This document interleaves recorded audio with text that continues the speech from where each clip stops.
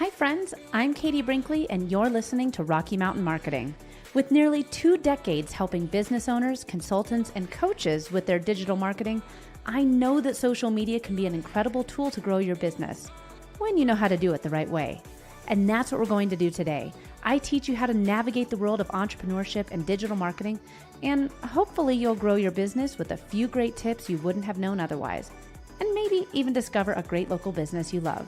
Let's dive into today's episode. Welcome back to another episode of Rocky Mountain Marketing. For those of you that are watching this on YouTube, you'll notice that I am sitting in real life with the incredible Wave Wyld, TikTok superstar. She is my go-to for all things TikTok, and she's actually been a guest on Rocky Mountain Marketing before. We're here together at CEX. She just rocked the stage talking about how you can use TikTok for more email subscribers. And really, anytime that I have any sort of question when it comes to TikTok, I just say, Wave, tell me the things, because she is the go-to. And we're going to talk the talk a little bit on this episode here. And real quickly, if you haven't listened to Wave's last episode on Rocky Mountain Marketing, you've been in the social media, especially the TikTok world, for a while now, and you're known as the queen of trends. Yeah, it's been, I guess, coming on 3 years. I don't know. It's kind of OG for TikTok. It is OG for TikTok for sure. Yeah. Well, thanks for having me. I'm super pumped to be here. I just got off the stage, so I'm feeling like a little bit of the adrenaline rush. Yeah, definitely. Yeah, it's crazy. Well, and you've been taking a lot of stages this year, from social media marketing world, CEX. I mean, you've had that's a lot of big stages that you've been on, and thank you. Well, but that's the thing, is that you are one of the most well-known TikTok experts out there. And for a lot of people, the most common thing that I've been hearing them say is, do I need to be on TikTok? Is it worth my time? Is it even going to be here? Yeah, that was a question I'm getting a lot nowadays. And that's why I did this presentation. And I think it was so valuable to talk about how to use TikTok to build your list, because we never know what could happen with these social platforms. They could disappear overnight. We don't know where TikTok is right now. It's still really good, though, to learn short form video content creation skills. So short form video is not going away. No. I saw something on Reels. They're doing something on Reels today. They were talking about they're making it more discover based, kind of like TikTok. Mm-hmm. So people will get more discovered, but it's not going away. It's super popular on Reels, Facebook, Instagram Reels. We have YouTube Shorts. Vertical video is not going anywhere. It's important to be learning these short form video skills. And that's like really essentially what I teach. Is I teach people how to communicate a message through short form video, whether that's on TikTok or another platform. It also depends on your target audience. Mm-hmm. If you think your target audience is on TikTok, then yeah, get on there. At least start practicing those short form video skills and start learning some of my strategies, the email list building stuff. So, you can focus more on those measurable business goals rather than the vanity metrics of trying to get, go viral or more followers. Oh my gosh. Yeah. Yes. The vanity metrics. And the thing you said too, Wave, vertical video isn't going anywhere. And the hard thing for yours truly is being succinct. And it is a skill to get in, be effective, and get out. I mean, I have a podcast. I tend to be a little bit long-winded. What is your best tip for making an impact in such a short amount of time? Because no matter what platform you're on, like you said, Reels or TikTok or Clapper or YouTube Shorts, whatever it is, the shorter that you can get a point across, the better, right? Yes. So I don't have a podcast because I'm so trained to be short and to the point. I don't know how to ramble on anymore. The number one tip or skill to develop is what I call scripting. I get all my students and clients to script their videos. So they're going to plan out what they're going to say. I love this because it allows you to look at the copy. And in a way, we're communicating a message through these videos. So in a way, all copywriting. That's a secret. Like, it is, in a way, all copywriting. What you say, you really want to look at the language you're using and what you're saying so that you can be more concise and more clear, because these are short, snackable videos. You need to be able to communicate that message clearly so people understand what you're trying to get at, because when they understand you or they feel like they learned something from you, they're highly likely to follow you and to start trusting you and finding you credible. Well, and I think that too, with all that, if you script out everything, you get rid of the fillers, the ya knows, and the stuff that really is just fluff. It doesn't need to be in there at all. Yeah. If you're able to script it out and really get concise with your short form video, you're going to have more luck with the rest of you as a speaker. If you are a podcast, I mean, look at me here rambling again, but I mean, like if you have a podcast or anything like that, you can get to the point. Yes. And cut out the filler. For sure. So, and that's where I say, okay, let's look at your script. Is there any information in here that is not essential for the key takeaway? Is there something we can take out and we can make another video? Like maybe you have so much you want to say, you want to make a part 2 or a part 3, because these are short videos and we do need to be consistent and post a fair amount of videos. But that's the thing is you have to make sure that you get in, and if you can't get it all across in one video, you can do parts 1, parts 2, parts 3.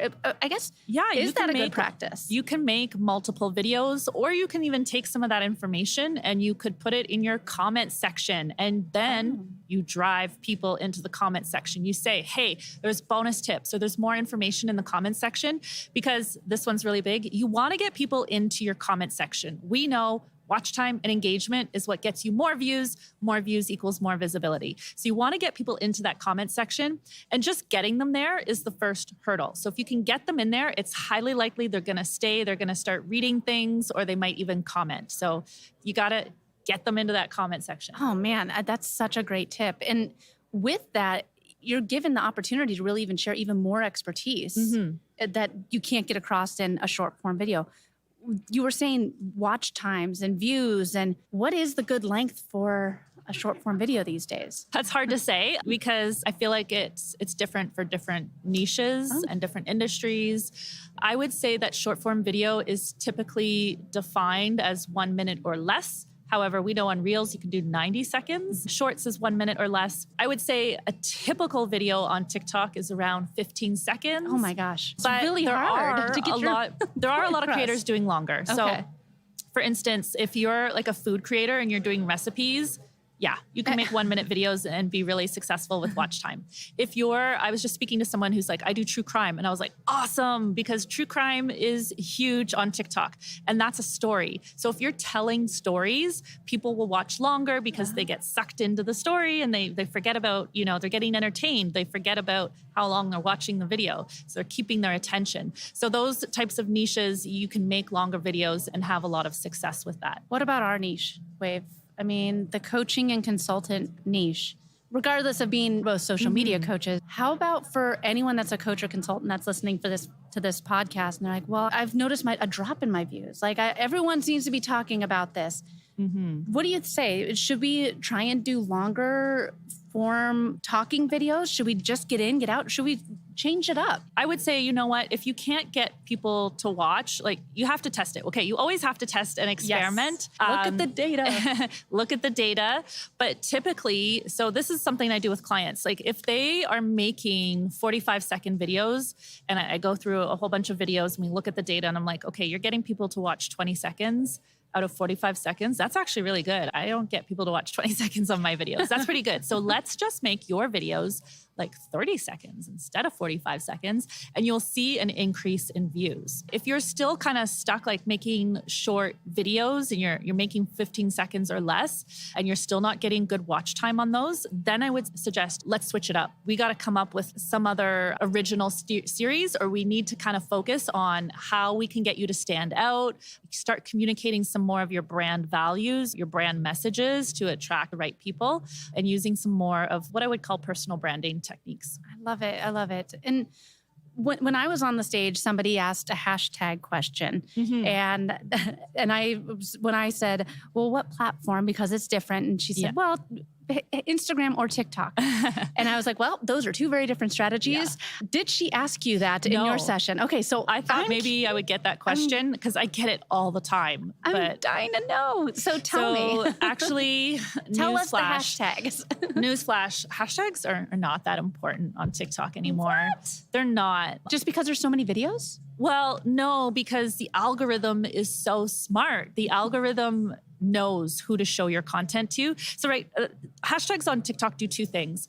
They help to tell the algorithm who to show it to, but it's not as important anymore because the algorithm's really smart. And then they categorize your content, right, through hashtags, just like Instagram. Yeah. But nobody looks at hashtags. Nobody goes and searches a hashtag or follows a hashtag because their search feature is so powerful. So the only reason why I recommend using hashtags is for searchability and SEO. So I will always in my videos think about what keywords do I want to rank for in this video, and then I will use hashtags, doesn't matter what size they are, to help me rank higher in search for that specific keyword. So that's really the most important thing with hashtags now. That's so different than Instagram. And that just goes to show you that there is no copy and paste on any social media platform. There is no copy and paste. You have to be unique because all of them have different ways of showing up. You said earlier, and your entire session here at CEX was about utilizing email, TikTok, and to go to your email subscribers. Because who knows? You know, what was it, about 2 years ago, Facebook shut down for a whole day and everybody in the world freaked out. I remember that. Yeah, Facebook and Instagram, people were like, LinkedIn has never been more active. I was actually, I got to tell you, that day that happened, I was on an airplane. So I had no idea. I had no idea. I got off the plane and, get the Wi-Fi going. And I was like, what on earth happened? I guess I didn't really miss anything. You didn't miss anything. It was just, this is perfect. Yeah, you missed nothing. But no, that's the thing. Things like this can happen. We are creating content on rented land. And when you do that, all it takes is the switch of a button. And all those followers have gone. Yeah, it's scary. How can you use TikTok to grow your email list? So if you were not at my presentation, the too long didn't read version is you make a video that promotes your list. And I know that sounds like you don't really know. You're like, but how do I do that? So I have a few specific strategies. They actually follow some copywriting formulas. Because again, the medium is video, but we're using copywriting, things that we say to communicate the message. So I do follow loosely some copywriting formulas that I've kind of changed up a little bit, but I'm not sure if you're familiar with PASO. I don't even know if I'm saying it right. Yeah, PASO. Yes. Yeah. So it's, you speak to the pain and then you agitate the pain and then you present the solution. And then sometimes there's an outcome statement as well. So it's pretty much similar to that. This specific formula or framework for a video follows that structure. And so it's really short and to the point. And you want to tell them, right? Speak to the pain. You want to tell them, you want to show them the solution. What is it that your lead magnet? And then you want to give them a couple reasons. Yeah. And why they should get it or what's in it for them. So the link on TikTok, let's talk about that. Because let's say you make this problem, agitate solution video, you push it out there and wait a second, how are people actually supposed to go to my newsletter, sign up for it? So you do want to be careful with link in bio language. I talked about this during the presentation. Unfortunately, TikTok doesn't make it easy for us. Gosh, come on, TikTok. So we have to come up with some other creative options and ways because they don't like people leaving the platform to go somewhere else. And I mean, that's pretty common for all social media platforms. They tend to suppress things that say link in bio, but you can be more direct and you can say, sign up for my email list. There's other creative strategies and things you can do to direct people to your link in bio without having to say link in bio. There's a few different ways to do that. What if somebody doesn't have a link in their bio? Oh, okay. Again, TikTok doesn't make it easy for us. There's two account types on TikTok. So one of them is called the creator / also known as personal account. And then the other one is the business account. So you do have to get to 1,000 followers first to get that website field or link in bio on the creator account. On the business account, you can get it earlier, under 1,000 followers, if you submit some tax information and register your business with TikTok, just so that they can verify that you are not a robot, you're not a spammer, that you're actually you're a business. Yeah. And they will give you that earlier. So the 1,000 follower mark is usually a milestone on TikTok. Like when you join the app, that's kind of the first goal, is to get 1,000 followers. Amazing. Man. Wave, I could ask you all the TikTok questions because I have so many. TikTok is a world that I try to stay out of, and I come to you for it because you're very active on TikTok but that's your main platform. It is my main platform, yes. Yeah, but I mean, like you are on the other ones, but that's your main platform. And I think that that's one of the biggest things is you can be in other areas, you can be on other social channels, but have the one platform that you go all in on, that like the back of your hand, like not to become like a TikTok expert, but where okay, I know I need to create a video like this. I know how to create it effectively. I know what the goal is for it. Whether it's TikTok, Instagram, LinkedIn, go all in on that one platform and know how to really optimize it and utilize all the features to the best of your abilities. And build your list. Focus on building your list. Absolutely. Build your list, whether your email list and however you can get people off of the social platform that you're on and onto your email list, do it, because email, it's everything. Yeah. So it's a very powerful tool. Yes. Well, Wave, I can't thank you enough for coming on this episode of Rocky Mountain Marketing. Thank you again for joining me again on the podcast. Thank you for having me. Yes. It's so much fun. I know. It's always great to see you at these conferences. And I know you'll be taking another giant stage here soon. So can't wait to keep following you and all the amazing things that you're doing. Okay. Thank you, Katie. You're amazing. I love you. Yeah. We'll chat soon. Thanks so much for listening to this week's episode of Rocky Mountain Marketing. Make sure to subscribe so that you can continue navigating the world of entrepreneurship. And I'd love to hear from you. Please leave the show a review and connect with me on social media. You can find me on Instagram at @IamKatieBrinkley or connect with me on LinkedIn. And if you're ready to start making some sales on social media, be sure to grab my free guide to selling in the DMs without being spammy. You can get that at katiebrinkley.com. Let's keep taking your marketing to all new heights.